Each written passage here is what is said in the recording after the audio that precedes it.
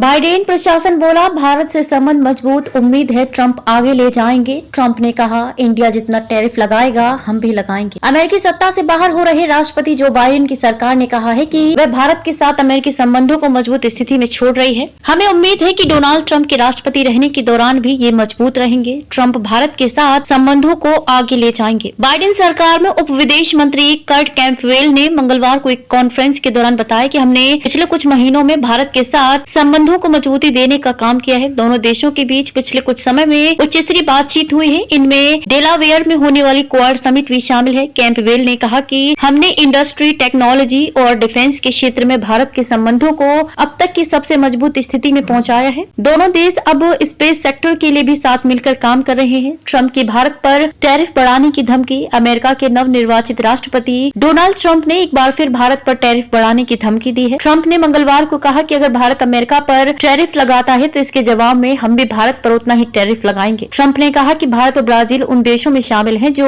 अमेरिकी सामानों